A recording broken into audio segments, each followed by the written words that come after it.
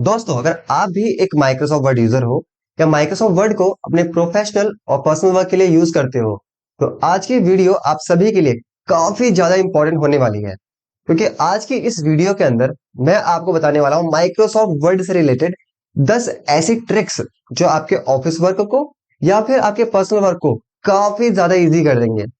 इन tricks की मदद से आप अपने काम को बहुत ज्यादा शॉर्ट कर सकते हो और काफी कम टाइम में अपने उन काम को कंप्लीट कर सकते हो जिनके लिए आपको थोड़ा सा लेंथी प्रोसेस करना पड़ता है।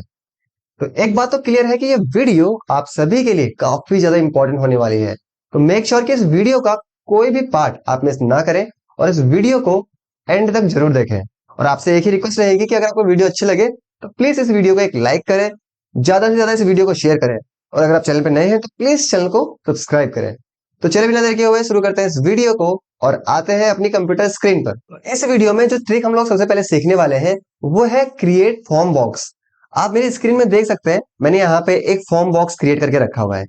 यानी अगर मैं कोई फॉर्म बनाता हूं तो उसमें इस तरीके के आप बॉक्सेस देखते होंगे कि इस तरीके से चीजें बनी हुई रहती हैं। अब इस चीज को हम कैसे बना सकते हैं? आपको लग रहा होगा कि मैंने ये बनाने के लिए शेप्स का यूज किया है। बिल्कुल नहीं, मैंने इन चीजों को बनाने के लिए शेप का यूज बिल्कुल भी नहीं किया है।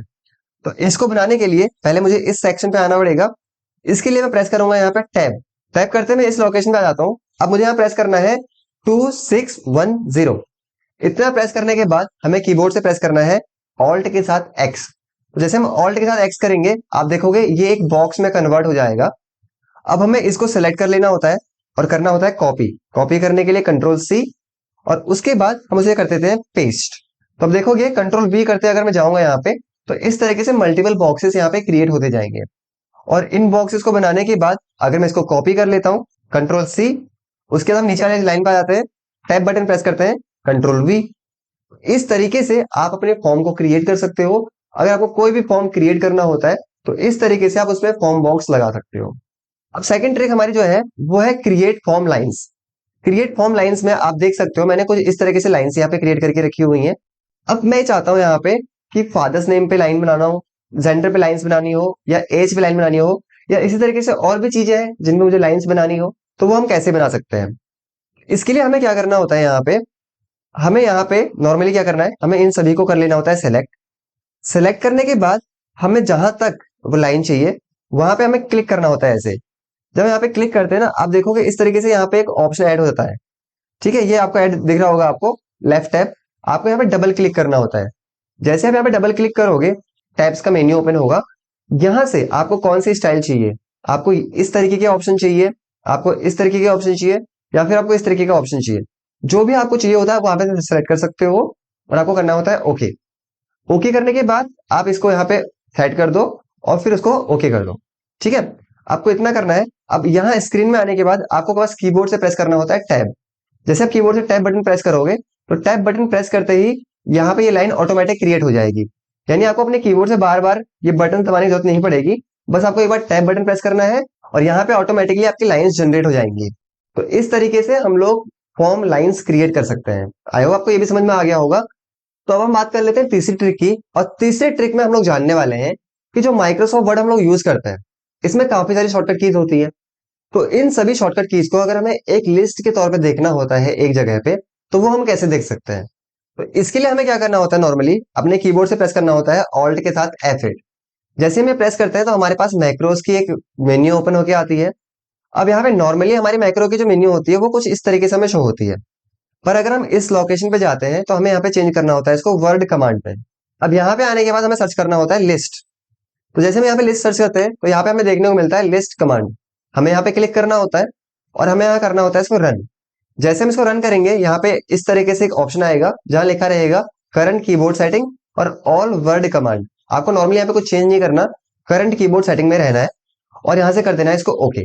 तो जैसे हम इसको ओके करेंगे तो ये एक नया डॉक्यूमेंट ओपन करके दे देगा जिसमें हमारे माइक्रोसॉफ्ट वर्ड से रिलेटेड सारी शॉर्टकट कीज हम लोगों को देखने को मिल जाती हैं।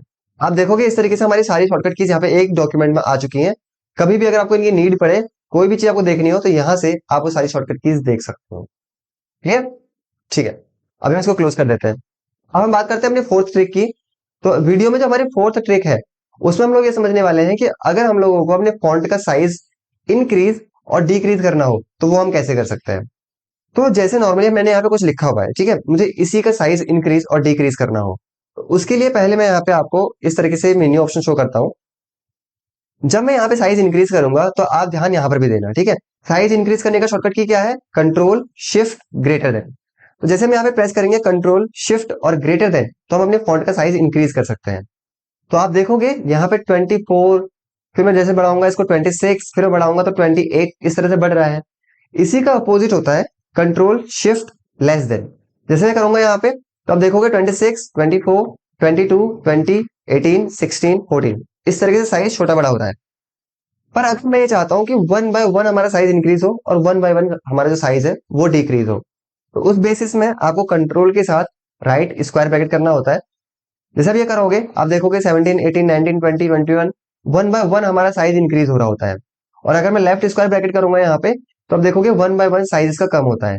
तो ये दोनों शॉर्टकट कीज होती हैं जिनके थ्रू आप अपने फॉन्ट का साइज इंक्रीज और डिक्रीज करा सकते हो। अब डिपेंड करता है कि किस तरीके से आपको फॉन्ट का साइज इंक्रीज और डिक्रीज कराना है, ठीक है।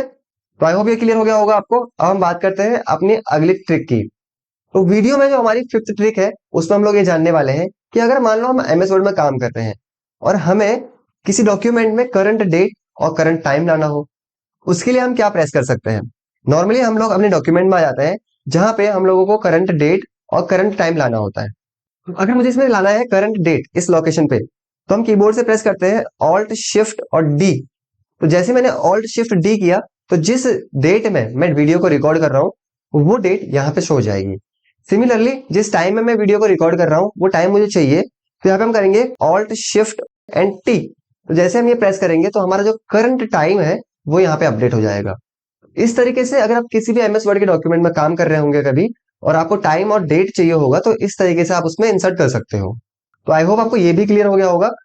अब सिक्स्थ ट्रिक में हम लोग समझने वाले हैं फॉन्ट का केस चेंज करना।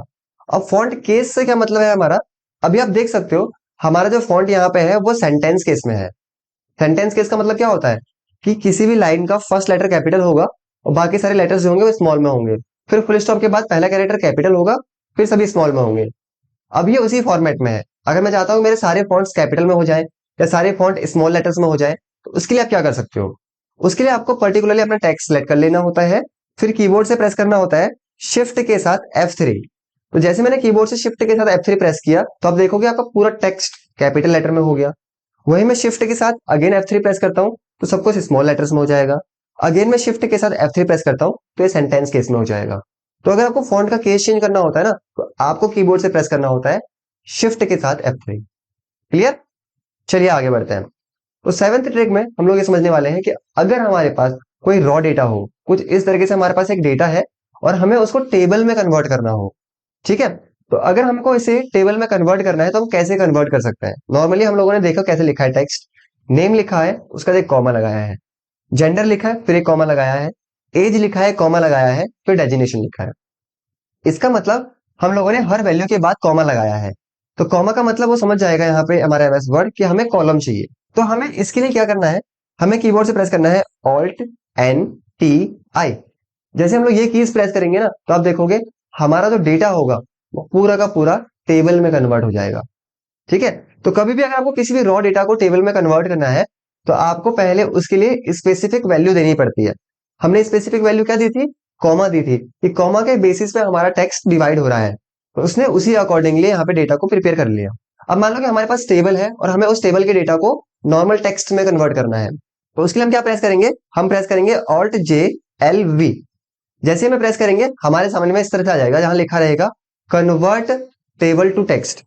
हम इस टेबल को टेक्स्ट में कन्वर्ट तो कर रहे हैं, पर हमें टेक्स्ट को सेपरेट कैसे करना है।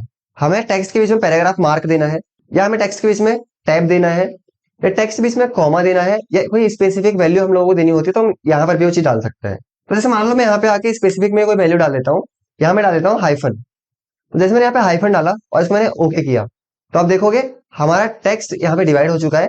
नेम के बाद एक हाइफन आ रहा है, जेंडर के बाद एक हाइफन आ रहा है, और एज के बाद भी एक हाइफन आ रहा है। तो इस तरीके से आप अपने टेक्स्ट को टेबल में भी कन्वर्ट कर सकते हो और टेबल से टेक्स्ट में भी कन्वर्ट कर सकते हो। तो ये थी हमारी सेवेंथ ट्रिक। अब हम बात करते हैं वीडियो की एट्थ ट्रिक के बारे में। मुझे एमएस वर्ड में किसी चीज का आइकॉन चाहिए। जैसे मैंने यहाँ पे लिखा है मेल, मुझे मेल का आइकन चाहिए। मैंने लिखा है फीमेल, मुझे फीमेल का आइकन चाहिए।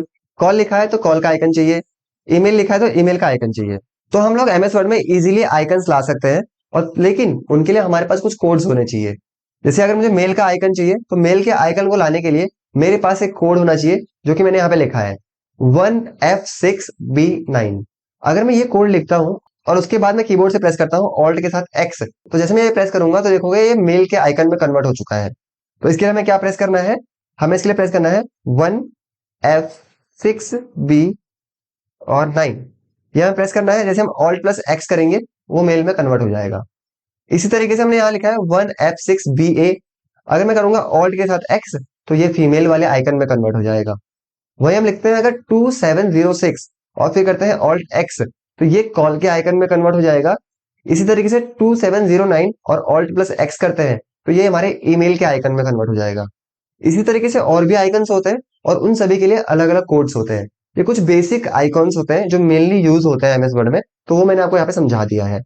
अगर आपके पास कोई भी कोड होगा, आप उसके बाद ऑल्ट प्लस एक्स प्रेस करोगे तो वो आइकन में कन्वर्ट हो जाता है। क्लियर। अब हम बात करते हैं हमारे सेकंड लास्ट ट्रिक की, जहां पे हम लोग समझने वाले हैं कि अगर हम लोगों को अपना कोई खुद का एक शॉर्टकट की क्रिएट करना है एमएस वर्ड में, तो वो हम कैसे क्रिएट कर सकते हैं।